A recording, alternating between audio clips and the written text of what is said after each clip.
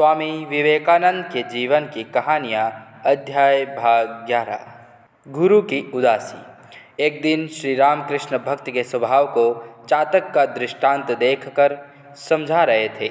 चातक जिस प्रकार अपनी प्यास बुझाने के लिए बादल की ओर ही ताकता रहता है और उसी पर पूर्णतया निर्भर रहता है, उसी प्रकार भक्त भी अपने हृदय की प्यास और सब प्रकार के अभावों की पूर्ति के लिए केवल ईश्वर पर ही निर्भर रहता है।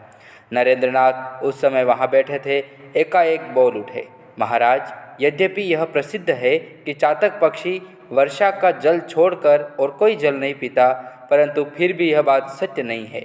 अन्य पक्षियों की तरह नदी आदि जलाशयों में भी जल पीकर वह अपनी प्यास बुझाता है। मैंने चातक को इस तरह जल पीते हुए देखा है। श्री राम कृष्णदेव ने कहा, अच्छा, चातक अन्य पक्षियों की तरह धरती का जल पी जाता है? तब तो मेरी इतने दिनों की धारणा मिथ्या हो गई। जब तूने देखा है तो फिर उस विषय में मैं संदेह नहीं कर सकता।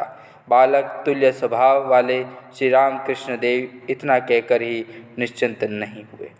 वे सोचने लगे, यह धारणा जब मिथ्या प्रमाणित हुई तो दूसरी धारणाओं में मिथ्या हो सकती है। यह विचार मन में आने पर वे बहुत उदास हो गए। कुछ दिन बाद नरेंद्र ने एक दिन उन्हें एकाएक पुकार कर कहा, वह देखिए महाराज, चातक गंगा जी का जल पी रहा है। श्री रामकृष्ण देव जब देखने आए और बोले, कहाँ रे? नरेंद्र के दिखाने पर उन्होंने देखा एक छोटा सा चमगादड़ पानी पी रहा है। तब वे हंसते हुए बोले, यह तो चमगादड़ है रे। अरे मूर्ख, तू चमगादड़ को चातक समझता है और तुझे इतने बड़े सोच में डाल दिया। अब मैं तेरी किस बात पर विश्वास नहीं करूँगा। श्री रामकृष्ण के साकार देव देवियों और उनके क्रियाकलापों के प्रति पूर्ण विश्वास होने पर भी नरेंद्रनाथ का इन सब पर विश्वास नहीं था। वह कह उठते, घरूप धूप आपके मस्तिष्क का भ्रम है। नरेंद्र की सत्यवादिता के संबंध में दृढ़ निश्चयी श्री रामकृष्ण इस प्रकार हतबुद्धि होकर माँ काली से निवेदन करते हैं, माँ, नरेंद्र कहता है यह सब मेरे मस्तिष्क का भ्रम है, क्या यह सच है? माँ इस प्रकार उन्हें समझाकर कहती, नहीं, वह सब ठीक है, भ्रम नहीं है। नरेंद्र बच्चा है इसलिए ऐसा कहता है।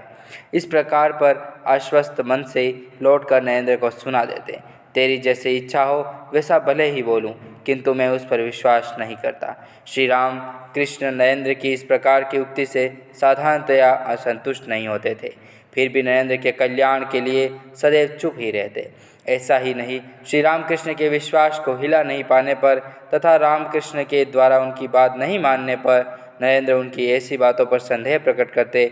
उन दिनों की बात का स्मरण कर श्री रामकृष्ण ने एक दिन भक्तों से कहा था, माँ काली को पहले उसके जी में जो आता था वह कहता था। मैंने चिढ़कर एक दिन कहा था, मूर्ख, तू अब यहाँ न आना।